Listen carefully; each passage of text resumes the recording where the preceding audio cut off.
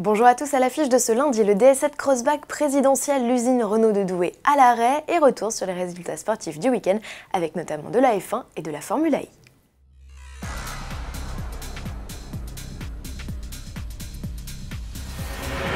À moins d'avoir migré sur une autre planète, difficile d'avoir échappé aux images de la passation de pouvoir entre François Hollande et Emmanuel Macron. Investiture au cours de laquelle deux modèles du constructeur automobile DS ont pris part. La DS5 d'un côté qui a permis à l'ex-président de quitter la cour de l'Elysée et de l'autre le DS7 Crossback. C'est à bord du SUV équipé d'une motorisation diesel de 180 chevaux que le nouveau chef de l'État a rejoint le palais présidentiel au terme des cérémonies organisées sur les Champs-Élysées. Descente de la plus belle avenue du monde qui a permis de découvrir un DS7 Crossback pas comme les autres. À l'instar de la DS5 de François Hollande en 2012, le véhicule s'équipe d'un toit découvrable sur mesure. Il dispose par ailleurs de nombreux éléments distinctifs pour l'élever au rang de voiture présidentielle, citons les badges tricolores et le porte-drapeau. Plus subtil, ces détails réalisés par l'atelier Maury, spécialiste de la dorure, coque de rétroviseur, moyeux et baguettes de jantes ou encore inserts sur la planche de bord ont été sublimés à leur fin. Avec ce nouveau modèle exclusif, DS inscrit son nom dans le registre des marques nationales fournisseurs officiels des voitures de la présidence. Pour autant, Emmanuel Macron n'utilisera pas ce véhicule à chacune de ses sorties. Le DS7 présidentiel sera mis à disposition de l'Elysée pour des missions ponctuelles. Quant à l'idée de proposer un DS7 classique au chef de l'État en lieu et place du traditionnel Renault Espace, il est encore trop tôt, explique DS, qui se dit ne pas être prêt à en fournir un, alors que le lancement officiel n'intervient que dans 7 mois.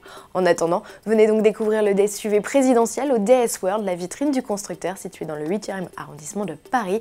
Il y est visible gratuitement jusqu'à la fin mai.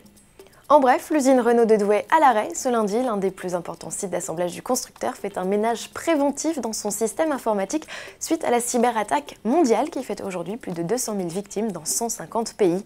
Environ 800 véhicules, des talismans, des scéniques et des espaces sortent quotidiennement des chaînes de montage du site grâce aux 5500 salariés. Un peu plus tôt dans le week-end, c'est l'usine slovène Renault qui avait dû être fermée. Sport pour finir avec la victoire de Lewis Hamilton en Espagne. Le Britannique devance Sebastian Vettel au terme d'un Grand Prix très animé et tactique. Au championnat, le pilote Ferrari conserve cependant l'avantage.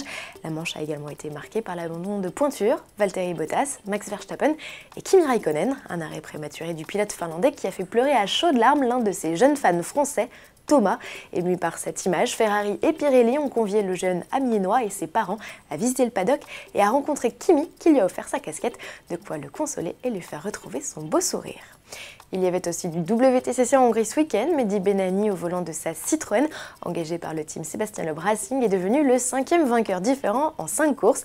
Thiago Monteiro s'adjuge lui la victoire de la course d'ouverture et prend le large au classement pilote.